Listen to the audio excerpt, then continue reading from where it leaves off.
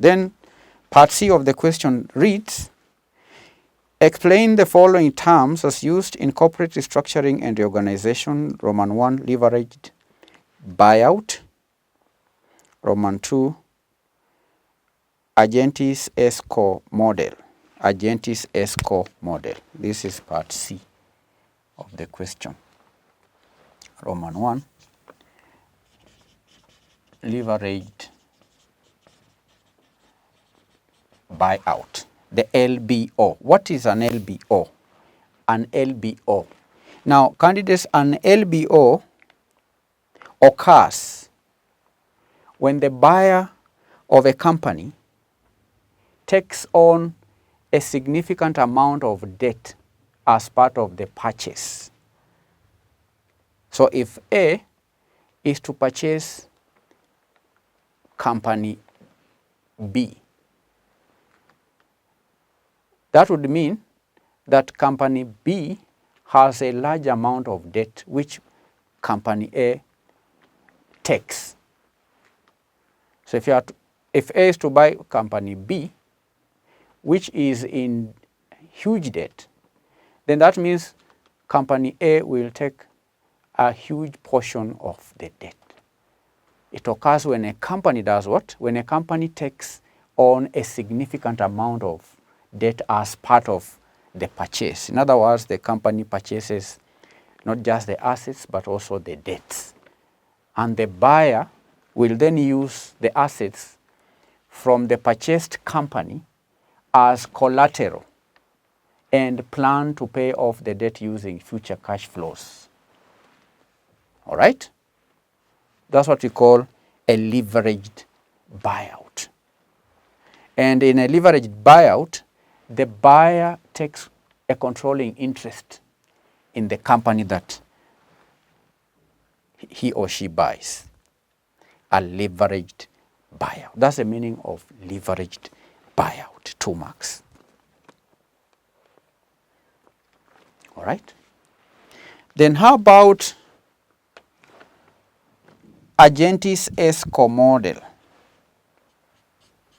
Argentis A Score.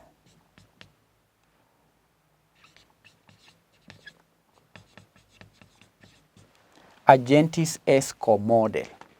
Now, the Argentis A Score Model is sometimes simply referred to as the Argenti model. The Argenti model, all right? Or just the A Score model. You can call it Argenti model, or you can call it an A Score model. A Score model. The examiner chose to call it Argentis A Score model. Now, the question is, explain the term as used in corporate restructuring and reorganization. As used in corporate restructuring and reorganization. Now, this model, candidates, is a tool that we use for understanding the causes of managerial crisis at a company, which in turn may lead to the bankruptcy of that company. All right? It is used to do what? To understand the causes of managerial crisis. It is a tool that is used to understand the causes of managerial crisis. It is a tool that is used to understand the causes of managerial crisis, which may in turn lead to the bankruptcy of a company.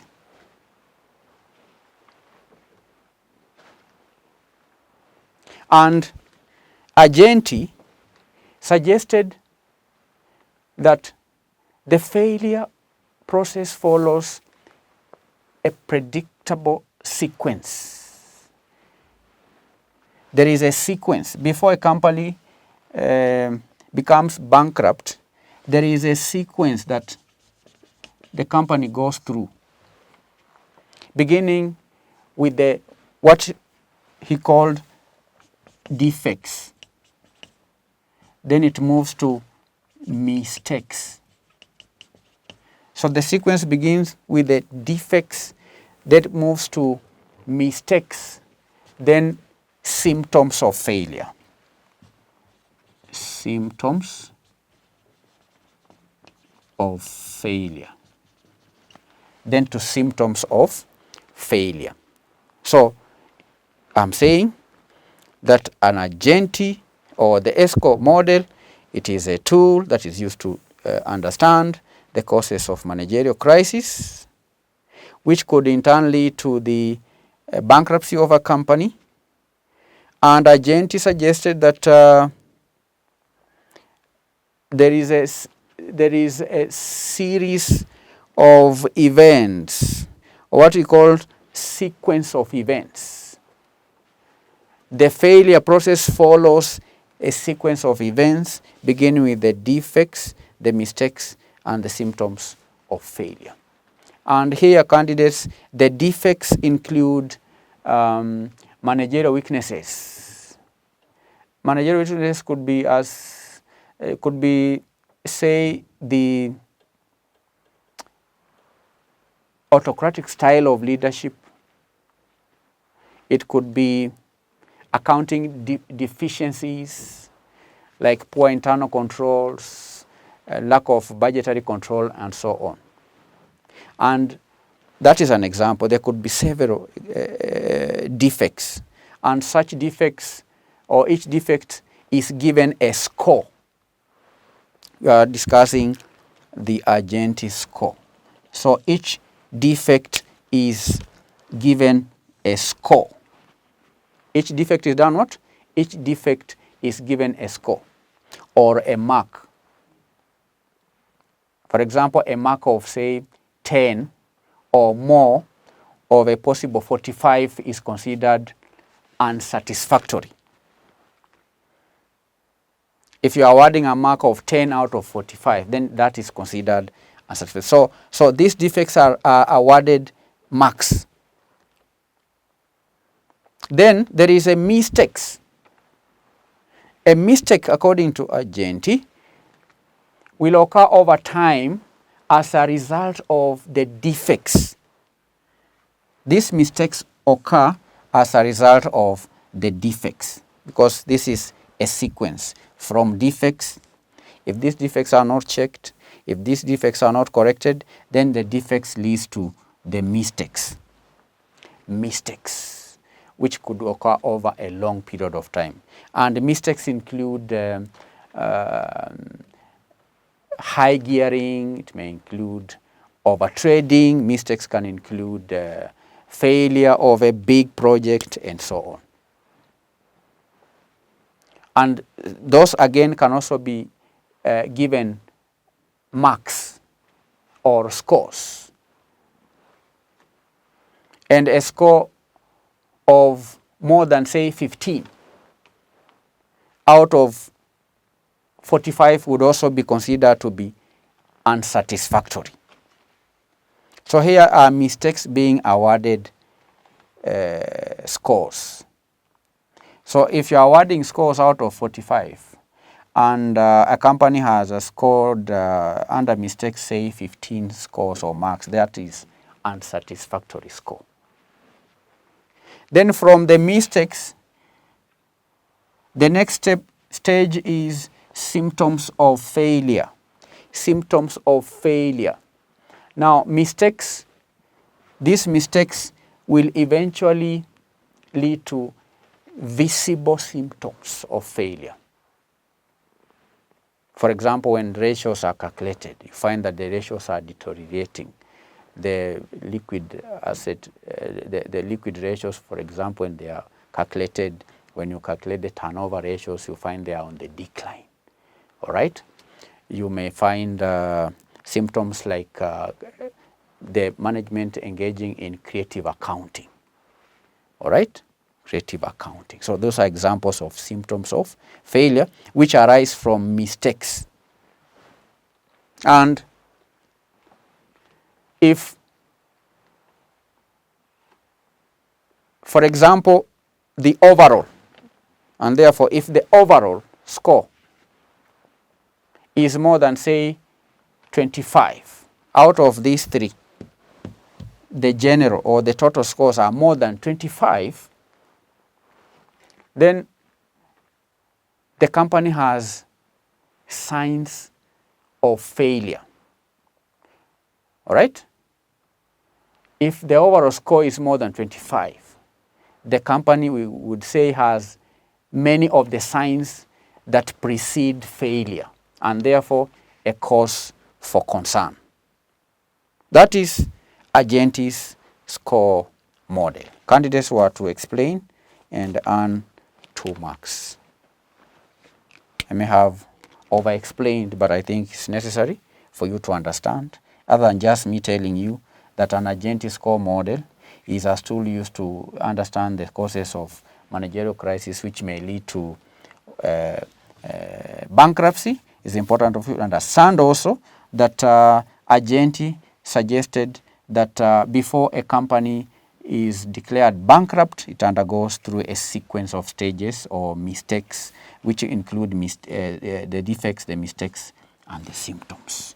So 2 marks, 2 marks, total 4 marks. So that will bring this lesson to an end. We've answered question number 2.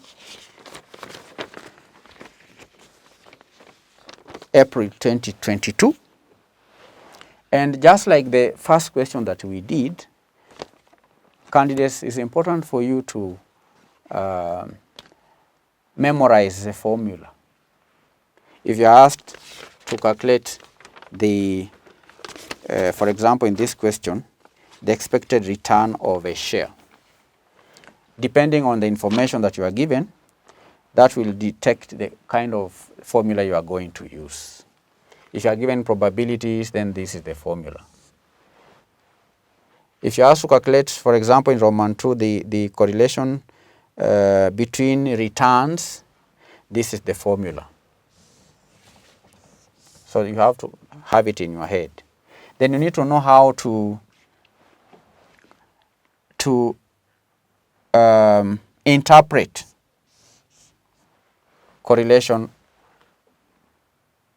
coefficient. For example, in this case, you had a correlation coefficient of 0.99, and this is close to 1.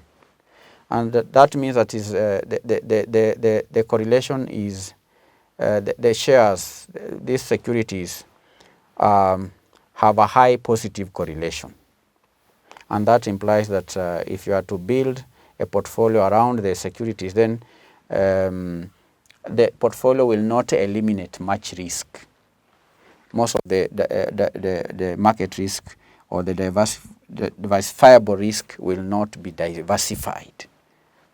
Okay? Then to calculate the correlation coefficient of SM, you need to know the covariance of SM. Again, you need to have the formula for covariance. This is the formula for covariance of 2 securities. There is also the standard deviation. Do you have the formula for standard deviation in your memory? This is the formula for standard deviation. Formula for standard deviation.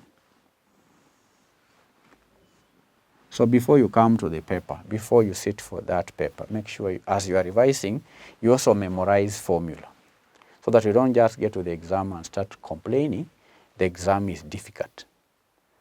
The reason why an exam can be difficult is because you are asked to calculate the correlation coefficient, but you have no formula. You don't know how to interpret. So that's why you may find an exam to be difficult. But you see, right from question number 1, the candidates were to have the formula. The examiner did not provide formula for question 1. You are to calculate the adjusted present value. You need to have the formula. You are also to calculate the discounting rate. You need to have the formula. Here you are to calculate the expected return. You have to calculate the correlation between returns. You have to also calculate the required rate of return using either the portfolio theory or the CAPM, capital asset pricing method. So you need to have this formula in your memory. All these you have to have them in your memory. But candidates who start for this paper are lucky, because in question number 3, the formula for Black-Scholes option pricing formula was given. So they didn't have much difficulty in answering that question. And that's the question we are going to do next. Make sure you attempt it, question number 3, and question 4 and 5 as well. Thank you for taking time to join this lesson. Were it not for you sitting there, I will not have any reason to stand here, because it's my hope that as we proceed, you are also preparing well for your exams. For those who will be appearing in your final exam, we wish you all the best. God bless you. Bye-bye.